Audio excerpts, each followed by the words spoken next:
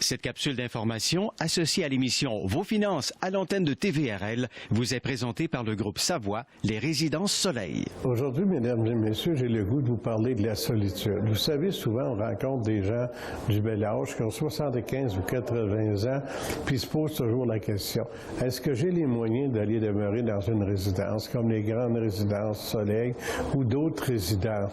Vous savez qu'aujourd'hui, avec le crédit d'impôt, tout le monde ont les moyens. Et dans une résidence, vous allez retrouver des gens qui ont le même âge que vous autres, qui ont vécu les mêmes choses que vous autres. Ça fait que quand vous vous installez dans une grande résidence, fini la solitude et vous allez avoir aussi la sécurité. Aujourd'hui, la sécurité, c'est très important. Ça fait que ne soyez pas gênés. Informez-vous auprès des conseillers en hébergement qu'il y a dans les résidences.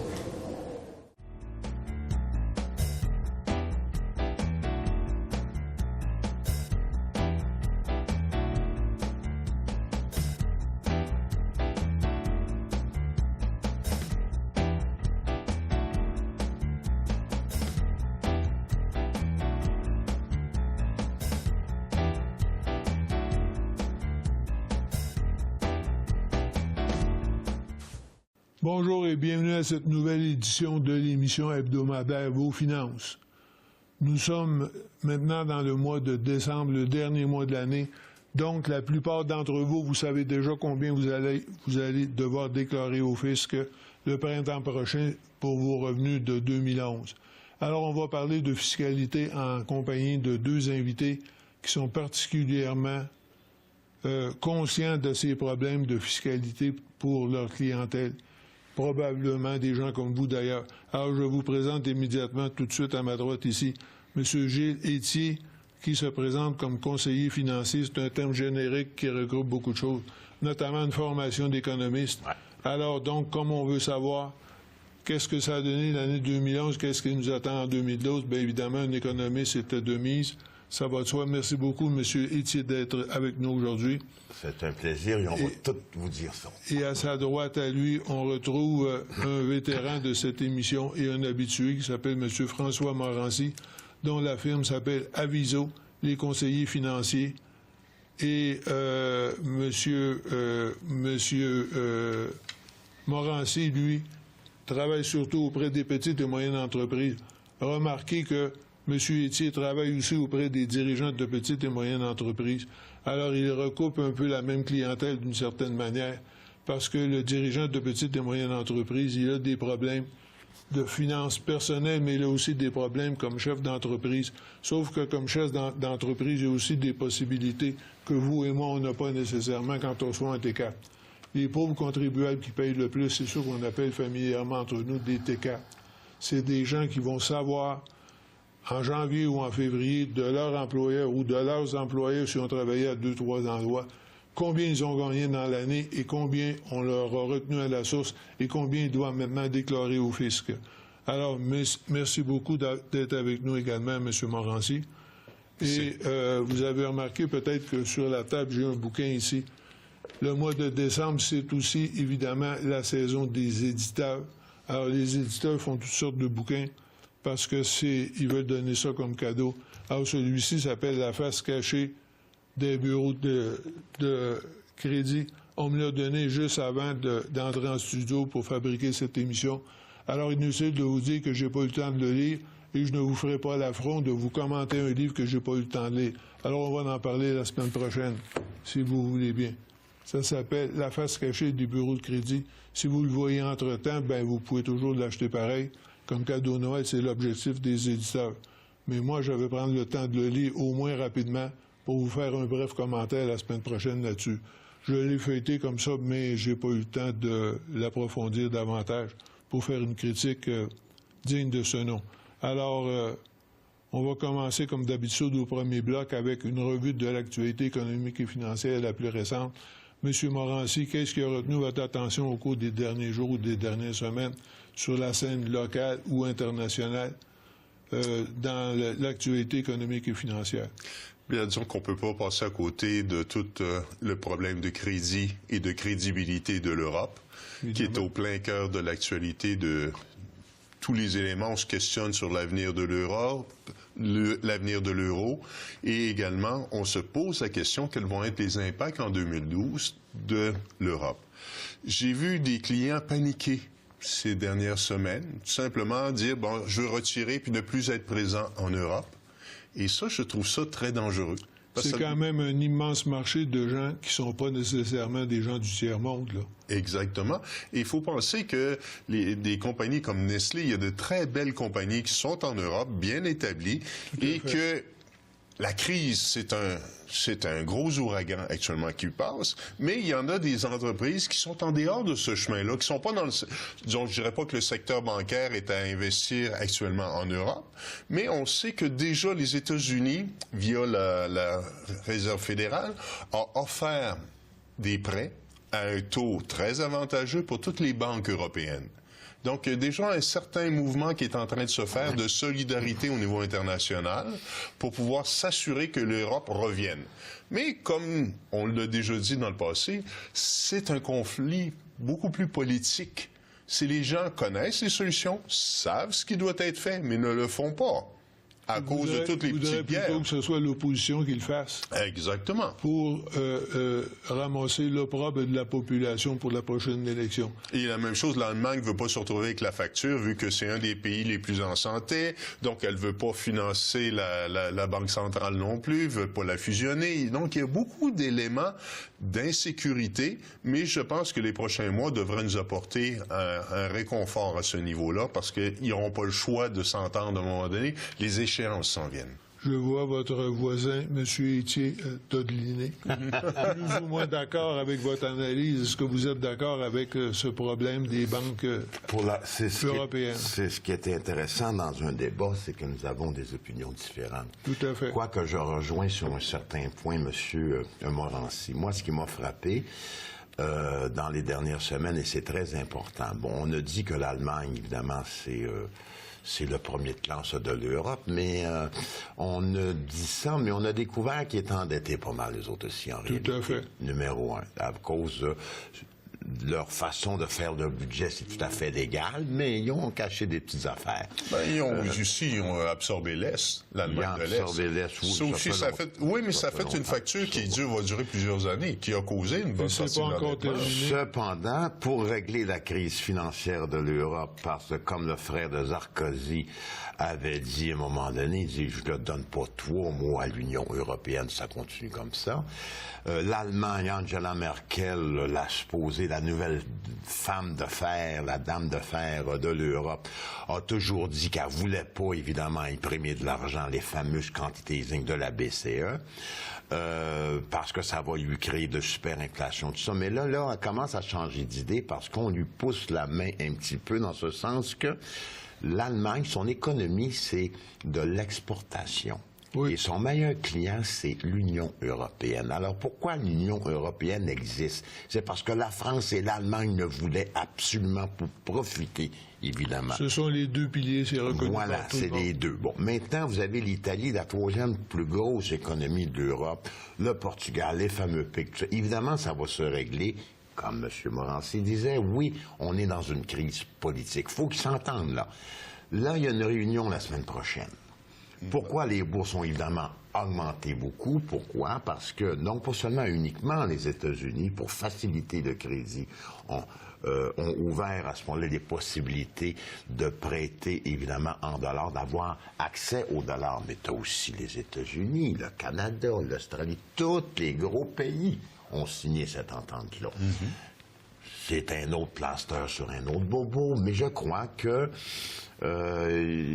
on désinfecte le bobo. Je ne penserais pas que la gangrène s'installe, finalement.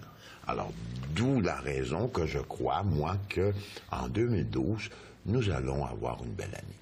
Mais, attention, là, moi, j'ai dit à cette tribune, l'an passé, qu'une crise économique comme ça, c'est une crise financière, ça prend 10 ans, 15 ans à se régler.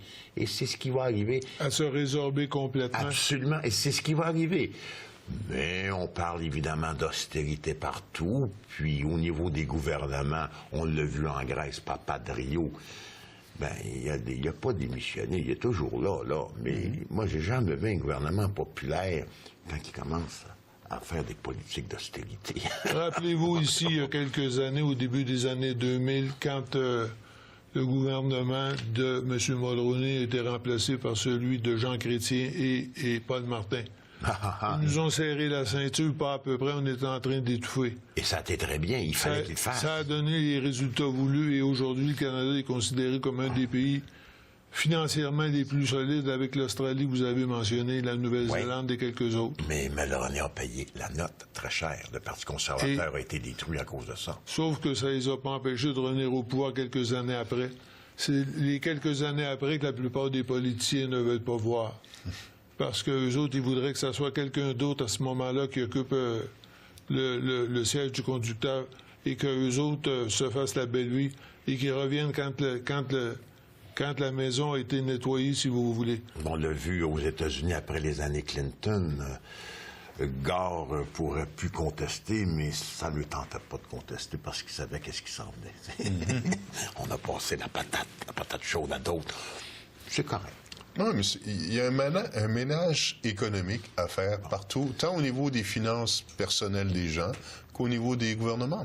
On dirait que les deux ont fait le même profil d'endettement. Il y a une autre affaire qui retient l'attention. C'est les mêmes causes qui ont amené les mêmes solutions un peu partout. Il y a eu une crise de l'immobilier. C'est pas juste aux États-Unis, puis c'est pas juste en Floride, cette affaire-là, c'était un peu partout. Ben là, il commence à en avoir une en Chine. Là. Il commence à en avoir une en Chine. En Chine. Et pourtant, la Chine est considérée comme une des nouvelles locomotives de l'économie mondiale. Mais quand tu construis des villes complètes qui sont vides, c'est pas bon signe. Et des centres commerciaux qui n'ont pas un seul locataire depuis des années. C'est inquiétant, ça aussi, là, parce qu'un centre commercial, ça vit évidemment avec ses locataires. Absolument. On dit que les pays émergents, il faut vraiment investir là-dedans. Oui, c'est vrai. Mais attention, dans les prochaines années, ça va être très volatile en réalité. Je ne mettrai pas tous mes œufs dans le même panier. En Chine, vous avez perdu 18 au niveau de l'indice à Shanghai. L'Inde aussi, en 2011. Mais l'Inde, attention à l'Inde. Oui. Je crois qu'elle va surpasser au niveau productivité, son PIB, tout ça, la Chine d'ici cette année 2012, 2011, etc. Mais ça va s'égaler à un moment donné. Mais n'oublions pas que l'Inde a quand même un niveau d'éducation moyen extrêmement élevé. Plus élevé. Donc que la Chine. Par contre, la Chine, ils ont beaucoup de consommateurs. Ça, on peut dire qu'ils ont imprimé. Oui, mais ils ne consomment pas. Mais ça, quand tu gagnes 3 piastres par semaine... Ils commencent à consommer de plus en plus. Ils créent une classe moyenne. Il faut absolument qu'ils créent une classe moyenne, sinon les riches, ils vont devenir pauvres. C'est en train de s'établir actuellement. Donc, ça, c'est le vieux principe d'Henry Ford au début du siècle précédent. Exactement. Quand il disait, si je ne paye pas mes ouvriers suffisamment pour qu'ils achètent mes autos, à qui m'a les vendre mes autos? Je les vendrai pas.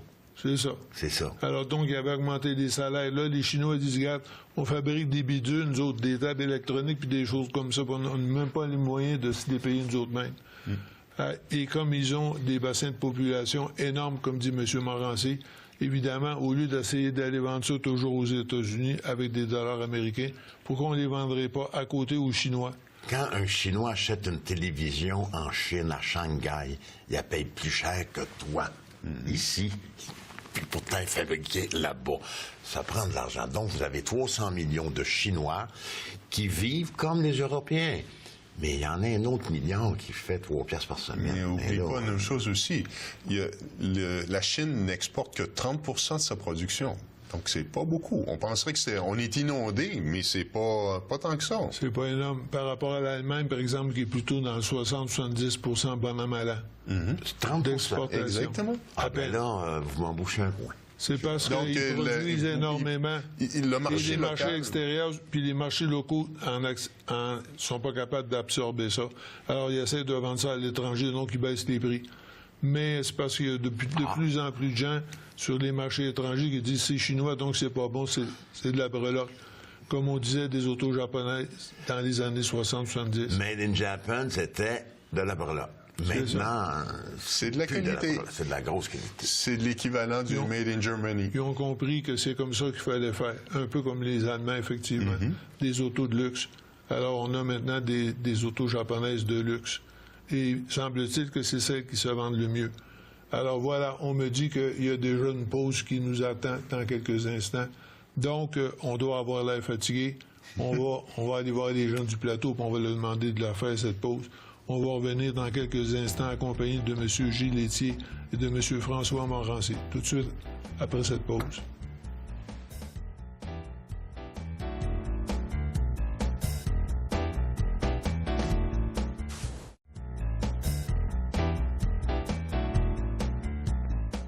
Alors, nous voilà de retour pour le deuxième bloc de cette émission, toujours en compagnie aujourd'hui de M. Gilles Laitier, qui est conseiller financier, économiste de formation, mais qui œuvre beaucoup dans le domaine de l'assurance également, et M. François Morancy, le président fondateur d'une petite entreprise également qui s'appelle Aviso des conseillers financiers et qui travaille principalement auprès des PME. Ça ne veut pas dire que M. Laitier ne travaille pas avec des PME aussi, parce que les propriétaires des PME, ils ont des besoins également dans le domaine de l'assurance responsabilité, par exemple, ou de l'assurance revenu à long terme, là, parce que quand ces gens-là sont malades ou ont des problèmes comme ça, qu'est-ce qui se passe dans leur entreprise? Alors donc, mais c'est pas de ça qu'on va parler au cours de l'émission. Ça, c'est Monsieur Laitier qui en parle à journée longue avec ses clients. Nous, au cours de l'émission, on essaie de voir qu'est-ce que ça a donné en 2011 avec un économiste et qu'est-ce qu'on prévoit pour 2012. Vous allez voir partout dans les médias bilan et perspective. Alors, c'est un peu la même chose qu'on fait. Puis on va parler beaucoup de fiscalité, évidemment. On n'attendra pas, nous autres, la période réelle pour parler de fiscalité. Parce que ces deux conseillers sont particulièrement préoccupés par la fiscalité de leurs clients. Et donc, des gens comme vous, la plupart du temps. Alors, M. Laitier avait commencé à dire qu'il attend pour 2012 une très bonne année de récupération par rapport à 2011. M. Morancy, comment vous voyez la situation, vous? 2011, évidemment, n'a pas été facile pour personne. Ça a été une année, je pense, qui a été difficile pour tout le monde. Charnière, peut-être? Charnière, oui, parce que je pense que autant au niveau, je regarde, même les organismes de réglementation ont fait un grand ménage. On a vu beaucoup de fraudes sortir puis émerger. On a vu le marché planter. On a vu des problèmes politiques. Les gens ont de la difficulté à s'entendre et à se donner des objectifs. Donc, on a des pays qui ont changé carrément de gouvernement parce que le gouvernement en place n'était pas capable de prendre les mesures comme l'ont fait chez nous au début de l'an 2000, Paul Martin puis Jean Chrétien, quand il fallait nous serrer la ceinture pour redresser les finances canadiennes. Tandis que, quand même, notre économie canadienne, comparativement aux Américains ou à l'Europe, va relativement bien. Donc, elle est quand même en bonne santé. Elle est solide. Nos institutions financières sont solides. Donc, ça nous donne des rendements qu'on peut espérer en 2012, qu'on va recommencer à revenir au beau temps. C'est sûr que tant et aussi longtemps qu'on n'aura pas passé à travers l'élection américaine de l'an dernier, on risque d'être encore, parce que le moteur américain risque d'avoir encore des ratés, parce qu'il n'a pas une direction claire et facile en termes de leadership. Et tout ce tiraillement-là va nous amener un peu une période de ballottage. Donc, je pense qu'on pourrait dire, on va avoir du soleil, mais il va y avoir des périodes nuageuses. Donc, je pense un peu comme Météo Canada, on va avoir un peu de tout. Une période d'instabilité encore jusqu'à l'élection de novembre prochain aux États-Unis. Exactement. Moi, c'est ce que je verrais, qu'on va avoir encore une période de ballottage, même si ça va se calmer. Je pense que les principaux éléments dans les 3-4 prochains mois vont se calmer, mais graduellement, ça va reprendre. Plus ou moins d'accord, M. Laitier? Ça va se calmer, à mon avis, ça va se calmer beaucoup plus vite que ça. Prenez comme aux États-Unis, vous avez une très grosse, évidemment, économie qui commence à fonctionner très bien. Bien, on a vu le taux de chômage retomber en bas de 9 là, le mois dernier. C'est des bonnes nouvelles. Et puis, il y a aussi que le fait que les investisseurs n'ont pas encore vraiment embarqué dans les marchés. Donc, il y a des aubaines tout à fait exceptionnelles, surtout dans la petite et moyenne entreprise, dans la grosse entreprise aussi. Les obligations, faut pas toucher à ça parce que vous savez très bien que les obligations souveraines à la minute que le taux d'intérêt augmente, votre valeur nominale baisse. Alors, ce n'est pas fait. Vous avez aussi les obligations corporatives dans les bonds, dans les classes 3B, tout ça, qui donnent des rendements et des sécurités qui ont été, en 2011, à environ 38% plus forts que le TSX, si on parle au niveau canadien, si on parle au niveau américain aussi. Donc, vous avez les Johnson & Johnson de ce monde, les Procter & Gamble aux États-Unis, les JP Morgan, etc., qui reprennent du poil de la bête beaucoup, qui donnent des bons dividendes, etc. Et que là, à cause de ces raisons-là, que les gens vont revenir dans le marché et vous allez avoir des beaux cadeaux de Noël, à mon avis. Et quand vous avez des dividendes qui vous donnent 5,5 ou 6, 6,5. en équivalent d'intérêt. Absolument. C'est quand même pas rien, ça. Et puis aussi la question de fiscalité. Lorsque vous avez des dispositions, ben j'aime mieux avoir un taux d'inclusion de 50% au niveau du gain en capital, et j'aime mieux avoir la taxation du dividende que d'avoir la taxation d'une obligation qui me rapporte de ce temps-là les obligations de 30 ans. La semaine passée, 4,2, de ça 2 semaines, 3,6. Un matin, je ne sais pas. On est Ils ont baissé un peu. retombé un petit peu. dans les taux négatifs, là. Une fois que vous enlevez de ce rendement nominal Bon. l'apport qui va aller au fisc éventuellement, aujourd'hui ou plus tard, si c'est Ben dans oui, un REER, la plupart ont un il en taux... reste pas assez pour couvrir le taux d'inflation. La plupart ont un taux coin. marginal de 40 Pour avoir un taux marginal de 40 ça ne prend pas 300 000 par année. Toi, tu es un spécialiste là-dedans, François. Donc, dès qu'on commence à dépasser le 30 000 par année, on Puis que tu le veuilles ou pas, là, qu'on le veuille ou pas, c'est que l'inflation, c'est un minimum de 2,5 Prends les indices de 46, les indices de tous ces 5,5 là. Bon, écoutez, là, bon, il y a des années plus basses. Donc, si j'arrive avec un taux d'inflation, plus mon impôt, ben, je perds de l'argent tous les ans. C'est aussi bien de la mettre dans ton petit coffre, là. Oui, mais il faut pas trop faire référence au passé parce qu'on est quand même dans une mondialisation de l'économie et les règles sont en train d'évoluer et de changer. Je pense Il évolue, mais il n'y a rien qui change vraiment. De 1900, la révolution industrielle de 1900, tu as eu les guerres, etc. Finalement, il y a toujours une roue qui tourne. Il y a une roue qui tourne, mais les règles sont en train de changer aussi. Oui, les règles changent, mais tu as le un vieillissement de la commerce, population, mondialisation des marchés, les taux d'intérêt ne peuvent plus avoir des trop gros écarts d'un pays à l'autre. Ben, il y a eu un vieillissement de la population peut-être dans certains pays, mais en Inde, ce n'est pas le cas. Non. Et en Chine, ce n'est pas le Mais cas. ça fait un déplacement de la demande. Ça ne sera plus dans les vieux pays que la demande va être la plus forte, contrairement à ce que c'était auparavant. Je comprends très bien, mais quand j'investis mon argent, moi, je veux avoir un résultat, je veux avoir un rendement. Oui. Bon, à ce moment-là, ben, je veux à ce moment-là avoir certaines sécurités, mais la sécurité, elle n'est pas nécessairement dans les CPG, comme moi j'ai toujours appelé ça, des certificats de pauvreté garantis, ou bien non, dans les obligations souveraines. Ça, ce sont les produits qu'on vous offre dans les banques et les caisses populaires la plupart du temps. Avec des garanties.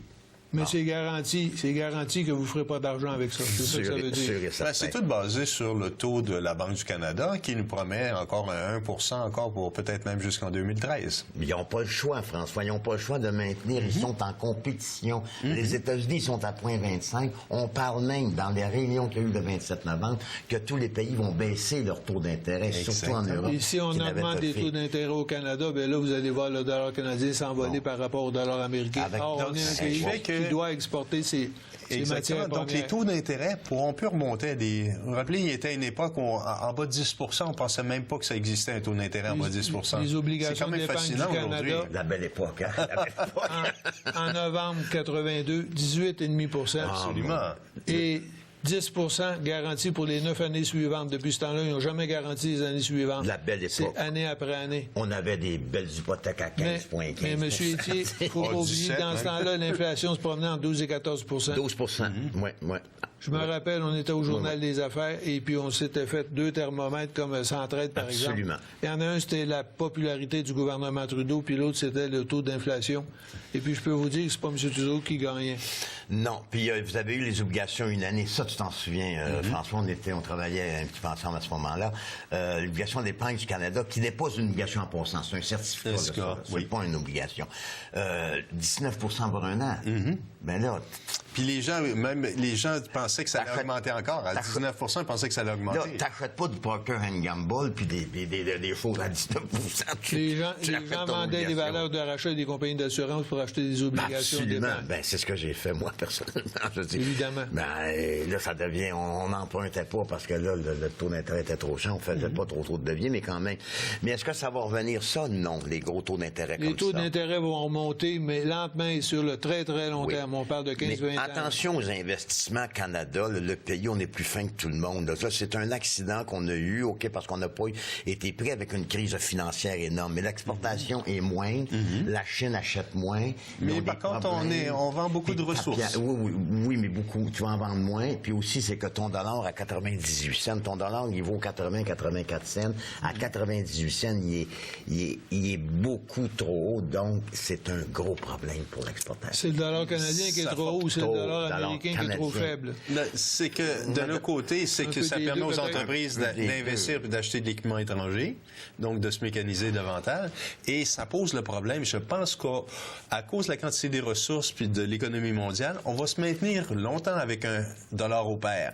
Donc, à ce moment-là, c'est un problème, un défi non pas d'exportation, c'est un défi de productivité. Quand tu as un pourcentage de 40 minimum au niveau de ton PIB, que c'est l'exportation, puis que ton principal client, c'est les États-Unis, puis que ta pièce est rendue à 1,06 $, bien là, t'es plus dedans. Là, t'as des problèmes. T'as pas intérêt à ce que les États-Unis, à ce moment-là, toussent trop longtemps et le rhume ou la grippe trop longtemps. Mais je peux vous assurer, moi, que de 70 à 74, quand je vivais en Europe, je changeais des dollars canadiens pour des francs à chaque mois et on se promenait entre 1,2 $ et 94-96 cents. On exportait pareil à plein bateau à ce moment-là. Il y avait d'autres pays qui avaient pris la relève des États-Unis. Bien, c'est parce que j'ai remarqué cette année qu'il y a eu une baisse, évidemment. Il y a eu une baisse des exportations, puis ça, mais c'est pas trop bon pour le Canada. Mais quand même, j'aimerais bien avoir un dollar comme en 2008, dont on a fait, évidemment, un bon coup avec ça, lorsqu'il avait baissé de façon drastique à 78 cents. Alors, j'avais dit à mes enfants, qui étaient étudiants à ce moment-là, qui avaient quelques dollars de leur travail d'été, là, j'ai dit, cours à la banque. Moi, je les avais mis ça dans un compte US. J'ai dit, cours à la banque, allez me vendre ça tout de suite. Dans une semaine, il remonte à 85 cents. C'est ce qui est arrivé en réalité. Il y a des ralliements qui se font. Hein. Quand vous prenez comme un support en bas, là, comme j'avais dit l'année passée dans cette même tribune au niveau de l'or, j'ai dit l'or, elle s'en va à 2000. Vous m'avez dit, on va voir. Ben, il y a des raisons à ça, c'est sûr. J'ai pas sorti ça comme ça, là, bon. Et ensuite, ben, vous avez un retour. Ben, dans toutes ces choses-là, c'est pareil, finalement. Donc, vous nous prévoyez l'or à 400 $, c'est ça? À 2500 $. Ah, 2500. Ah, donc ça, il n'y a pas de retour à ce moment-là, ça continue. D'ici un an, la prochaine résistance. D'ici un an, bon, on va se reparler l'année prochaine, puis on verra si ça sera 2500 à ce moment-là. J'ai eu raison l'année passée, je vais avoir raison l'année prochaine. Je peux pas toujours avoir raison. Non, il y a des, ça serait trop long à expliquer, mais ça veut pas dire ça va être volatile, là. Ça va là, mais ça va s'en aller vers le haut. C'est écrit, ça peut pas faire autrement. Et le dollar canadien, lui, par rapport au dollar américain, pour les... Je crois qu'il commence à baisser. Il commence à perdre. Il perd pas des plumes, mais étant donné que le dollar américain se réévalue au niveau de l'euro, mais les États-Unis veulent absolument avoir leur dollar bas là, pour régler le problème. Mais notre taux est à 1% au Canada. Oui. États-Unis, je crois qu'il est à 0,25 encore. Oui. Il y a un écart. Il décolle pas de là. Il décolle pas. Donc, puis on ne peut pas décoller avant eux autres. C'est ça. Sinon, on va s'en aller à une pièce et 5, une pièce et 10, comme on a déjà eu il y a 2 ou 3 ans. On est vraiment mal pris parce que la Banque du Canada ne peut pas le baisser vraiment. Est-ce que c'est pas ça, M. Etier, une raison pourquoi la plupart des agents économiques à travers le monde ont intérêt à maintenir l'euro? Parce qu'à partir du moment où tout le monde est dépendant de la Réserve fédérale américaine puis ses taux d'intérêt à elle, ça veut dire à ce moment-là que des pays aussi importants que le Canada ou la Nouvelle-Zélande ou l'Australie ou même l'Inde et la Chine et le Brésil, les pays émergents, ces gens-là relèvent d'une personne qui est le président de la Réserve fédérale américaine. On aurait des gros problèmes. Parce que si la perte de l'euro, c'est la perte de l'Union européenne aussi. Et là, maintenant, c'est le cafarnaum. Ça veut dire qu'il n'y a pas d'alternative au dollar américain à ce moment-là. Il n'y a pas vraiment, non. Bon, alors, on me dit qu'il y a une deuxième pause qui s'impose. Alors donc, on va faire cette pause et on va revenir ensuite en compagnie toujours de nos deux invités du jour, M. Gilles Etier et M. François Morancé, dans quelques instants.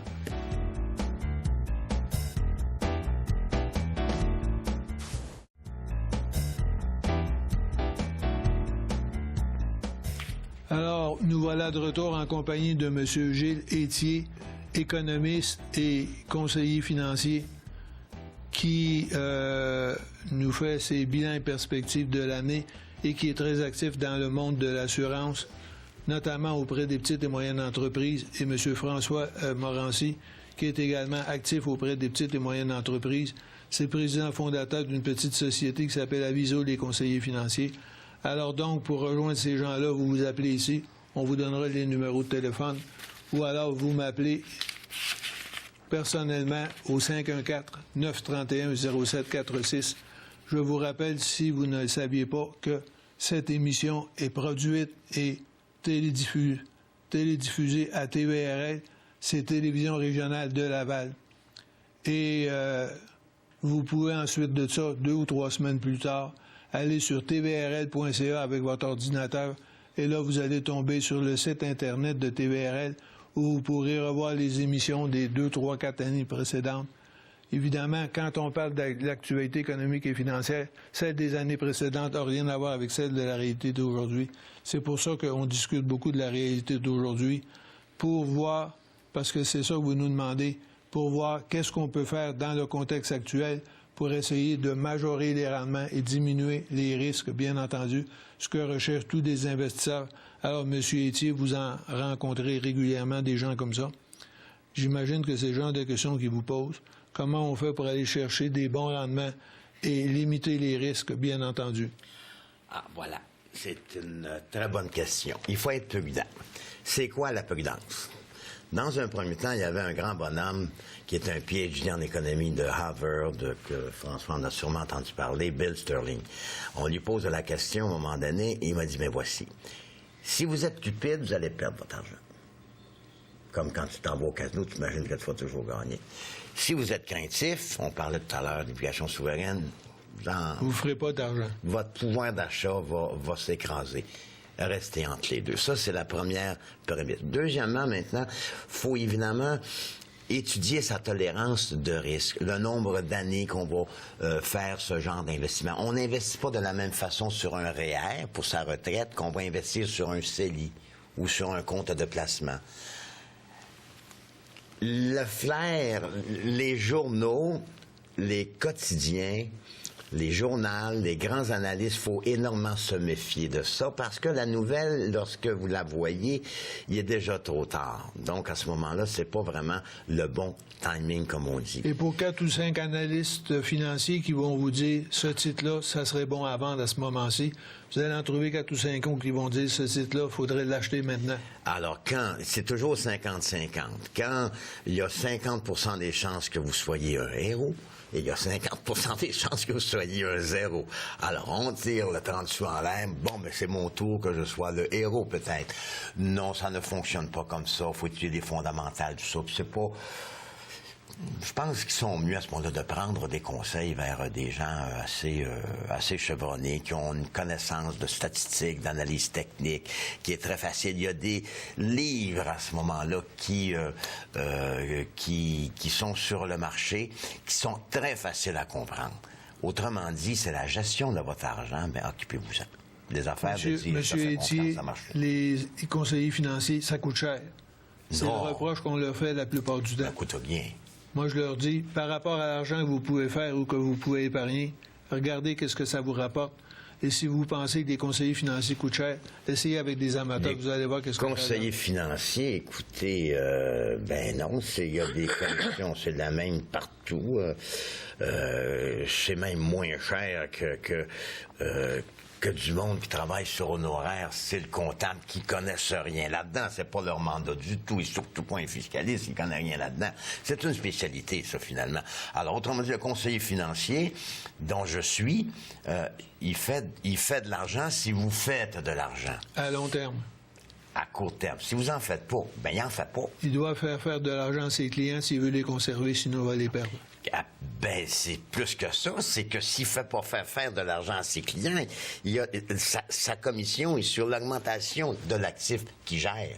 C'est drôlement important. Monsieur Morancy, je vous ai vu sourire parce que quand il a dit il y a des gens qui travaillent à honoraire, vous travaillez à honoraire, vous n'avez aucun produit à vendre. Il ne fait pas la même job que moi. Vous ne vendez que du temps, vous. Il ne fait pas la même job que moi, c'est pas pareil. C'est la raison qu'on lui réfère à des clients, puis on aime bien ça. Exactement. Donc, c'est que moi, je ne touche pas aux produits financiers comme tels. Donc, ce que je donne, c'est du conseil, c'est de la stratégie. Comment la personne va s'enrichir stratégiquement. Donc ça, c'est mon rôle, ma fonction dans la vie. Et il n'y a pas de recette qui convient à tout le monde. Il faut regarder chaque cas, chaque personne dans cette situation particulière.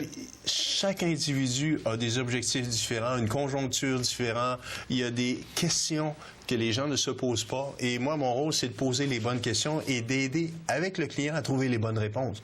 Parce qu'il y a des fois, il y a des foleries qu'on entend de tous bords, tous côtés et qu'il faut nettoyer dans l'esprit des gens parce qu'il y a toutes sortes de croyances qui se promènent. Même et si à un c'est moment donné, publié dans des gros quotidiens ou dans des bouquins sérieux. pas juste ça. Dernièrement, même un très gros employeur disait à ses employés qu'il y avait un tarif forfaitaire pour lorsqu'on avait une prime de séparation, ce qui est complètement faux. Puis c'était une grosse corporation qui a dit ça à ses employés. En disant, il y a des choses qu'on entend de tous bords, de tous côtés, qu'on doit toujours vérifier pour être bien sûr que l'information est exacte et que fiscalement, on va pouvoir bien fonctionner et que la structure va fonctionner. Parce que des fois, c'est pas juste la fiscalité. La fiscalité, il y a des fois, c'est juste un écran de fumée où on brasse beaucoup d'argent puis il reste rien au bout de la ligne.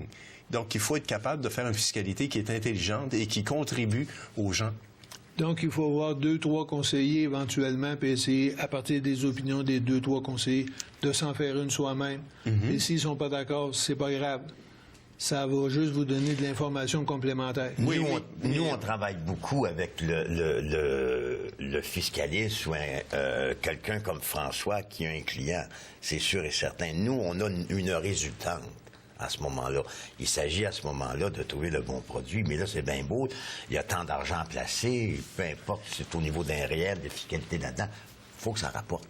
Tout à fait. Il faut que ça rapporte. Il faut travailler en équipe aujourd'hui. Sinon, ça perd du pouvoir d'achat juste avec l'inflation. Et c'est important de travailler en équipe aujourd'hui. Ça, c'est primordial.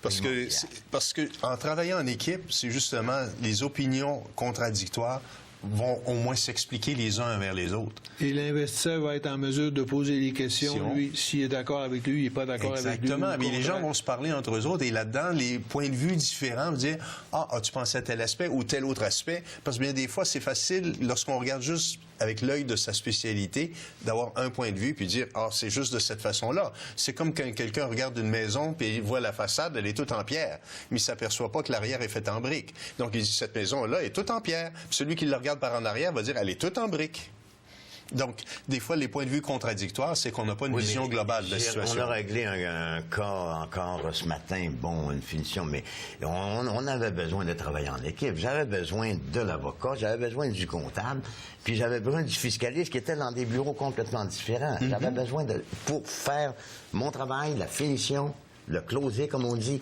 J'avais besoin de faire de ça.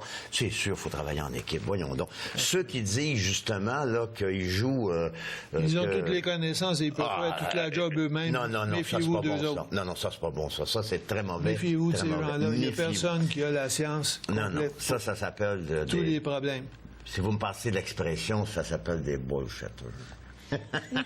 C'est un peu la même chose que la médecine. Pourquoi il existe des généralistes, mais aussi des spécialistes? Parce que ça prend quelqu'un pour identifier la situation puis les problèmes et éventuellement des solutions. Mais ensuite, il faut vérifier ça auprès des spécialistes. Alors, c'est un peu la même chose en matière de consultation financière. Et encore une fois, si quelqu'un vous dit qu'il connaît, il n'y a pas besoin de consulter d'autres personnes parce que lui, il connaît tous les problèmes, méfiez-vous de cette personne-là. C'est elle, habituellement, qui va vous donner des mauvaises informations qui vont vous induire en erreur. Et non seulement qui vont faire en sorte que vous ne ferez pas d'argent, mais vous allez en perdre en plus. Alors, je vous remercie beaucoup, messieurs, pour ces informations. On me dit qu'il y a une autre pause qui s'en vient déjà, oui? Dans 4 minutes? OK. Alors, on va revenir sur la conjoncture actuelle. On parlait tout à l'heure, donc, de la situation aux États-Unis. On parlait aussi de la situation en Europe. Est-ce que vous pensez qu'en fin d'année, les marchés sont partis à la hausse? Oui. Parce qu'ils avaient baissé beaucoup. Ça commence la semaine prochaine. La semaine prochaine? Ils sont déjà Vous pouvez partis nous à la dire hausse. à quel jour et à quelle heure? Je vais y penser.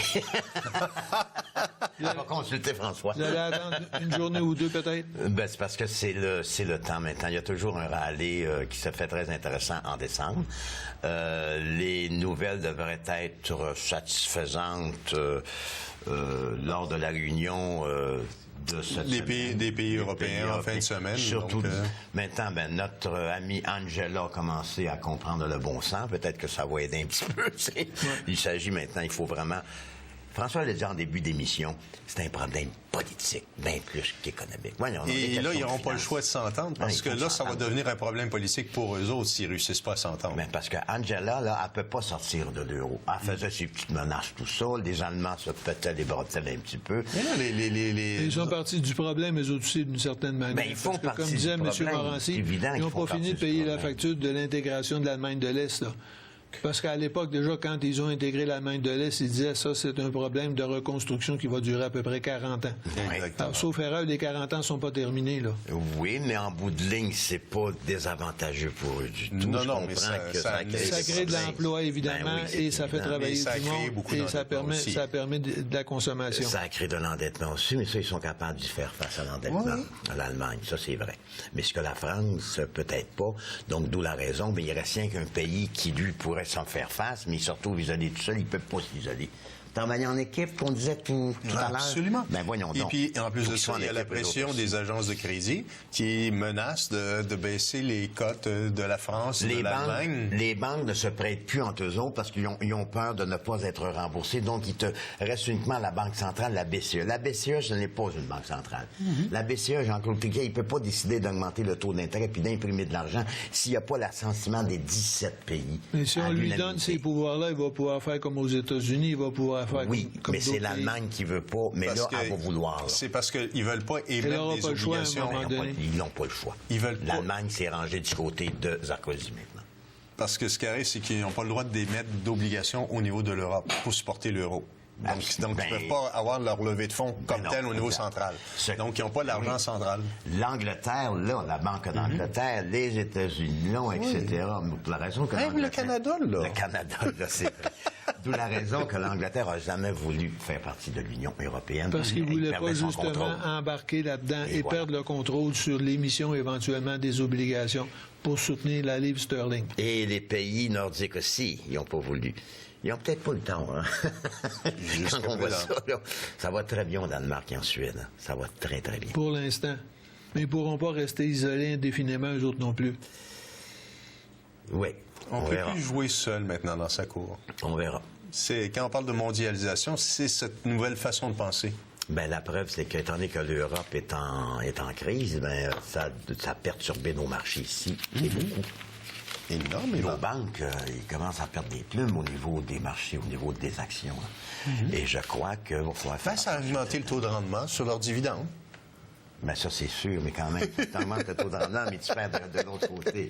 C'est évident que... Ben, c'est pas c'est le temps de les acheter à ce moment-là, vu qu'ils rapportent plus. Oui, il y a certaines banques qui donnaient du 6,5, mais quand la Banque Royale avait perdu, CBC, perdu 66% de son action, c'était ridicule. Là, hypothèque ton chien, emprunte de l'argent à ta femme, à ta belle-sœur, hypothèque ta maison, puis achète ça, c'est sûr qu'il va doubler, qu'il va avoir un pullback. Après ça, on ne sait pas. Mais comme par hasard, quand le pullback est arrivé, ben c'est sûr que ton dividende a baissé à 3%. Et c'est normal aussi. Si tu veux conserver tes actionnaires, ben il faut que tu leur donnes une petite carotte de temps en temps. Alors, on nous dit qu'il faut faire une dernière pause à cette émission. On va revenir donc dans quelques instants, tout de suite après cette pause.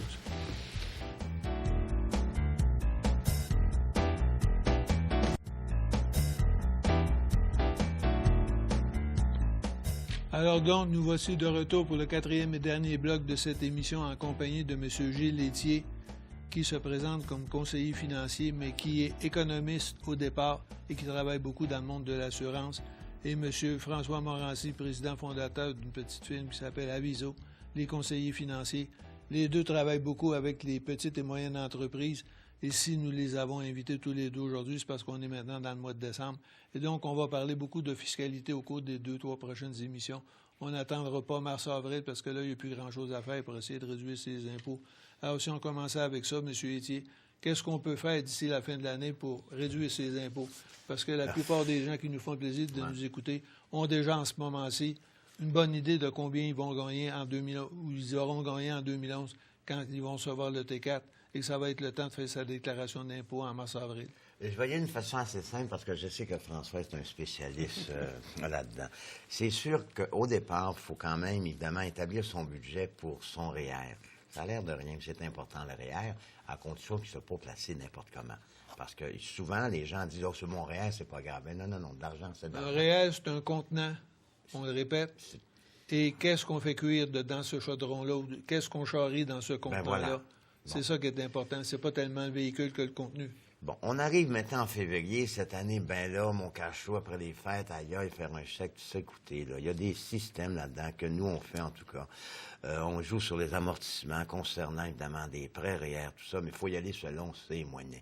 À titre d'exemple, j'en ai un moment donné, j'écoute, là, ça n'a pas d'allure, tu as droit à 60 000 je l'ai pas, le 60 000 As-tu 1 000 par mois? Ça fait rien que 12 000 à la fin de l'année, là. Oui. Mais en jouant tout sur les... Puis tous les ans, il a pris.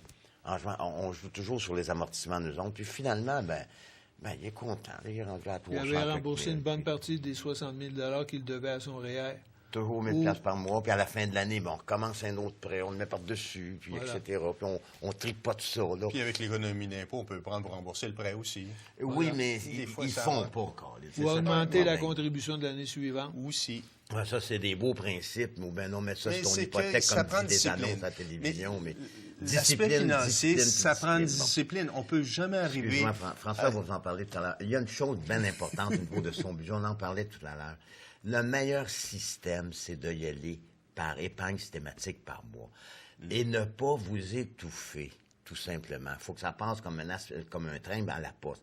L'avantage de tout ça, d'ailleurs, André nous a donné le bon terme, c'est-à-dire que quand vous allez dans les marchés, c'est que vous minimisez votre risque.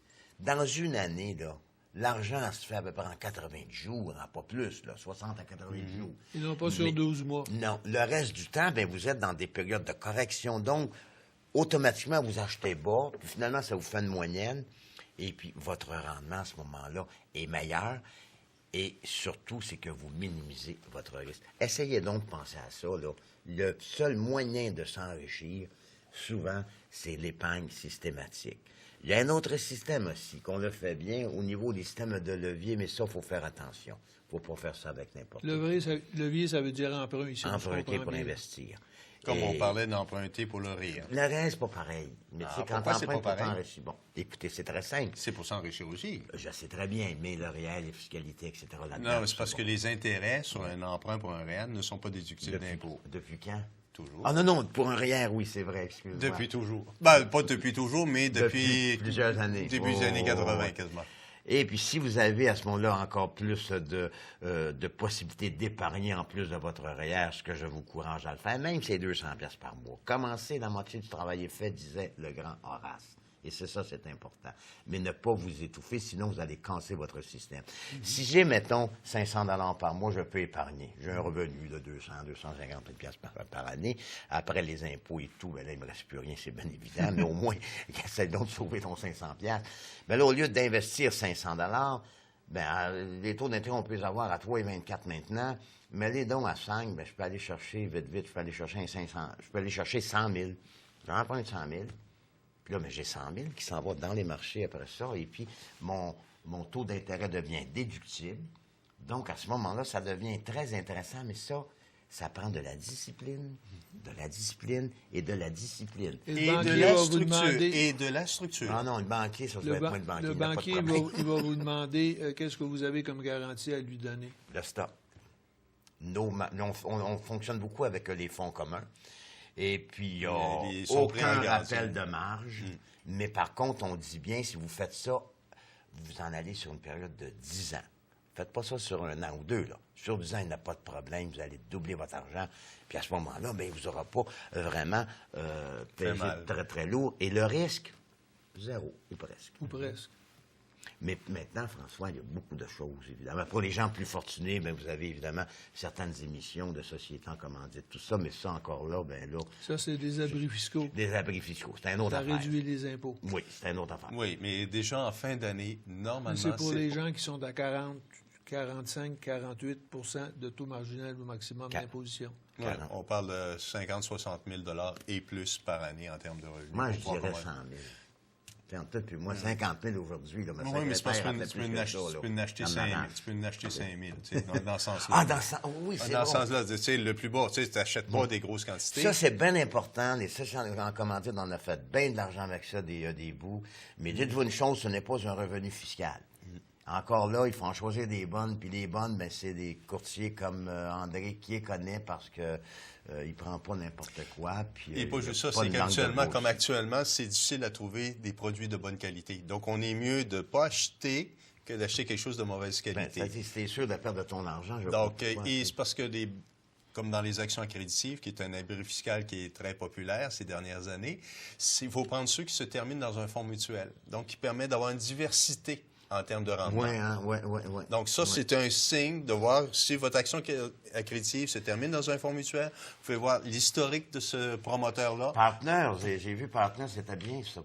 Je veux pas faire de publicité avec Ben, moi, je peux personne, pas là, parler maintenant. de titre en Non, particulier, mais au moins en Mais termes c'est de pas structure. une structure de même, c'est ça. Au niveau de ces Monsieur structures-là. Morancy, là, on parle des gens qui ont des sommes importantes à Oui. investir, mais pour le commun des mortels, là, ceux qu'on appelle des T4, là, ils peuvent pas profiter d'abris fiscaux. Ou à Donc, peu on près. sait que tout de suite, à partir de janvier, la limite du CELI va augmenter de 5 000 de plus. Elle est de 15 000 elle va passer à 20 000 C'est Donc, important, ça, le CELI. donc Par ça, personne de 18 ans dans la famille. exactement. Donc, ça veut dire que si vous avez de l'argent un peu partout, vous pouvez tout de suite le transférer dans le CELI. Ça ne veut pas dire que c'est du nouvel argent, mais vous recyclez ça. Ouais. Et ce qui est intéressant avec le CELI, et j'ai fait des simulations pour toute la période de la retraite. Alors, j'ai pris une personne qui prenait le maximum du CELI à chaque année jusqu'à l'âge de 100 ans, parce que je calcule ma retraite jusqu'à 100 ans, et j'ai fait la même chose, quelqu'un qui ne prenait pas le CELI. Et la différence faisait une économie de 30 d'impôt Ah ouais, absolument. sur 30 ans. Ah, ouais.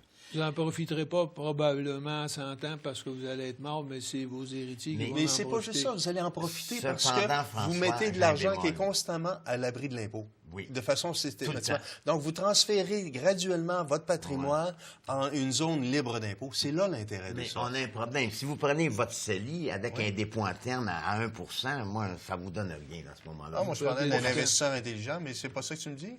Les banques courent après sont toutes dans des petits comptes à 2 Puis Voyons pas donc. juste ça, il faut faire attention, il y a des frais de retraite des CELI Ah, dans les puis, banques, oui, etc. ah, puis, Donc, à ce moment-là, ton 2 vient juste avec les frais, tu viens de te faire Donc, laver. quel que soit le produit que vous choisissiez Venez nous ou voir, le ça, pas de véhicule que problème. vous choisissiez, il faut toujours s'informer avant parce qu'après, c'est la plupart du temps. Parce c'est que ce trop qui arrive, tard c'est pour que bien des fois, il y a corriger. des frais de maintien annuel, il y a des frais de sortie, etc. Ah ouais, faut que Donc, ça faut voir. rapporte quand Parce même, qu'il faut faut regarder, toutes les institutions financières aujourd'hui se sont spécialisées dans toute une gamme de frais. Donc, si vous ne vous renseignez pas avant, ben, vous payez après. Et à ce moment-là, si vous faites juste du 1 parce que les taux certificats de dépôt vont jouer en 1,5 Selon ben, les juste avec les échéances. Certificat, non. Pas à court terme. Quand tu gèles ton argent pour 5 ans, ils vont te donner 1 et 3 quarts. Ah oui, mais là, c'est ça. tu peux tout faire. Oui, mais on parlait de 2 puis 3 Et moi, je dis, on va être 1 puis 1,5. Achète des actions. Donc, à ce moment-là, Des actions. ton CELI, juste les frais du CELI, va laver complètement le rendement qui va être donné. L'autre élément aussi qui est important au niveau boursier, c'est si vous avez des pertes à faire avant la fin de l'année. Ah, important, Donc, ça, c'est important. Donc, si vous avez des actions, vous pouvez les vendre et pouvoir les mettre contre les gains que vous avez faits soit dans les 3 dernières années ou les gains que vous ferez dans les 7 prochaines années. Donc, vous débarrassez des canards boiteux Exactement. sur le dos de On l'épaule. fait le ménage. Ce qui est important, il y a une règle, il ne faut pas racheter la même action avant 30 jours. 90 jours, c'est nouveau, ça, 30 jours? 30 jours, ça a toujours été.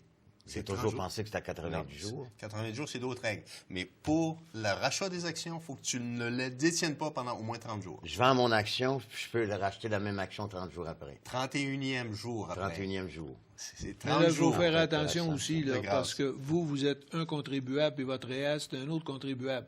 Alors, vous pouvez vendre une action et la racheter, mais dans votre REER. À ce moment-là, ça va être admis, même si les 30 jours ne sont pas Exactement, écoulés. mais c'est parce que c'est une personne différente. C'est ça. Il y a la fiducie. Et également aussi tous les frais financiers que vous avez à payer. Si vous avez des frais financiers pour des comptes que vous avez à débourser, c'est de les payer avant la fin de l'année pour avoir la déduction, parce que ça arrête au 31 décembre, les déductions. Donc ça, c'est des éléments qui vous permettent, et en même temps, de commencer à planifier votre année 2012. Parce qu'il ne faut pas oublier, c'est que le revenu gagné, on n'a pas le choix, il faut l'imposer. Donc, c'est de gérer comment on va gagner notre argent. Donc, si on a du revenu d'intérêt, ben, on paye 100 d'impôts. Si on a du revenu de dividende, on commence à payer beaucoup moins d'impôts. Puis si on a du gain en capital, on paye juste la moitié qui est imposable. de 50 c'est ça. Donc ça peut même amener des personnes à se poser des questions. S'il y a des obligations qui ne sont pas tellement loin de leurs échéances, faites les vendre pour avoir un rendement en gain en capital au lieu d'avoir un rendement en intérêt. Donc, il y a des stratégies qu'on peut appliquer d'ici la Oui. fin de l'année, mais il faudrait voir le conseiller financier, Absolument. OPC. Absolument. Puis Parce qu'il faut oublier, je ne sais pas, vous autres, je pense que vous devez le savoir, c'est quelle est la date limite pour faire nos transactions au niveau boursier? C'est le 15 ou le 20 décembre? Ça doit être autour du 20 décembre, par 20 exemple. décembre, je pense, À la parce fin, que... à la fin. Oui, mais c'est parce qu'il y a une période où on ne peut plus transiger, puis sans ça, ça Sinon, tombe dans ça va notre être année. comptabilisé sur Donc, l'année moi, je 2012. dirais que... Il y a une autre affaire aussi. N'achetez pas trop de certains fonds communs en décembre parce que vous avez le fameux, explique donc. là. La distribution des La dividendes en distribution fin que de l'année. Vous allez payer depuis le début de l'année, mais vous ne l'aurez pas. Exactement. Faites attention à ça. Là. Donc, ce qui arrive, c'est que les fonds déclarent c'est que la valeur des unités qui tiennent compte du dividende qui va être payé en début d'année. Puis très peu le savent. Et à ce moment-là, vous êtes mieux d'attendre pour l'acheter en début d'année, après qu'il a payé son dividende. Puis là, il y a des... Le prix a baissé. Le prix de la part a diminué Exactement. d'autant. On fait le ménage avant le 31 décembre, puis On fait nos achats en début d'année. on repart ça au 1er janvier. Parce que 2012, vous soutenez que ça va être encore une excellente idée. Pour moi, Une c'est excellente toujours année, des pardon. excellentes années. Moi, j'ai pas de difficulté. Les moyennes ont toujours été bonnes. Prenez comme en 2008. Où ça a planté. On le savait. Il s'est fait comme dans ce qu'on appelle un debt cross. On vend 50 %. C'est correct. On l'a prévu. Mais par contre, en 2009, on savait très bien qu'il y a un pullback qui se faisait. Et puis, il fallait aller dans les services financiers. Mais on a fait du 50, du 52 % de rendement. Finalement, on n'a pas été négatif. Mais il faut faire attention. Il faut connaître ça. C'est notre métier. Moi, Et c'est personnellement... pas des rendements garantis, bien entendu, ça. Non. Des rendements, comme vous dites. Si vous voulez avoir du rendement, le prix à payer, c'est la volatilité. Mais par contre, il faut contrôler la volatilité. Et puis ça, comme Socrate disait, on ne peut pas parler de quelque chose que l'on n'a pas appris. On se sent peut-être orateur, mais on n'est que babillard. Alors, trop de gens C'est pour ça auraient que Socrate intérêt- n'a rien écrit. Il y a toujours le mot, François. Il y a toujours le mot. Il y a toujours le mot. Pour la raison que l'émission a de la misère avec les minutes, parce qu'on est pareil. Voilà. Alors donc, il faudra aller voir d'ici la fin de l'année votre conseiller financier. Et si vous n'en avez pas, vous en trouvez un qui va vous donner ce genre d'informations qui va vous permettre de faire des bonnes choses avant la fin de l'année.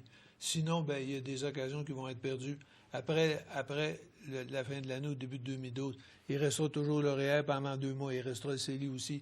Mais il y a des choses que, si vous ne les faites pas avant la fin de l'année 2011, ça va être des occasions perdues que vous ne pourrez pas retrouver par la Ça suite. prend quoi? Ça prend 5 minutes de faire ça. Ça se fait par téléphone puis par fax sur ordinateur. Il s'agit tout simplement... On peut même le faire en vidéoconférence avec Skype. Ah, je n'ai pas Skype. Ah, c'est... Non, je n'ai... Il va falloir que tu l'inscrives à ton budget vu qu'il est gratuit. Mes enfants...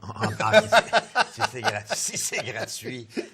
Ça va rentrer dans ton budget. Non, parce que quand j'ai ma fille en Europe, j'ai essayé ça. Ça marchait en différé. Ça n'avait pas un mot du bon sens. Ça va de mieux en mieux. Ça va bien. Il paraît, oui, il paraît. Ah ouais, moi, je Ils parlais avec un de améliorent le mes amis système au de Cambodge, vote. puis ça fonctionnait Voilà. très bien. Alors, on pareil. me dit qu'il reste seulement quelques secondes. Il faut quand même que je remercie M. Gilles Laitier, conseiller financier, économiste de formation et spécialiste en assurance, d'avoir été avec nous aujourd'hui, ainsi que M. François Morancy, de Aviso, des conseillers financiers. Et je remercie aussi, bien entendu, l'équipe technique qui a fabriqué cette émission. Si vous voulez la revoir dans 2 semaines, 3 semaines, quand elle sera rendue dans nos archives, vous ferez à ce moment-là tvrl.ca et puis vous allez à la programmation de l'émission Vos Finances, vous tapez là-dessus, puis là, on va vous donner toutes les émissions qui sont enregistrées avec les dates. Faites attention parce qu'évidemment, quand on parle de l'actualité, si vous regardez une émission de 6 mois ou 1 an en arrière, c'est pas la même actualité qu'aujourd'hui, bien sûr. Vous pouvez aussi nous appeler à 450-973-8005-8005 ou au numéro de téléphone que je vous ai donné tout à l'heure pour me parler personnellement au 514-931-0746. Merci, messieurs, d'avoir été là. Je vous souhaite une bonne fin d'année et une bonne année 2012. On aura peut-être l'occasion de se reparler à ce moment-là. Merci beaucoup.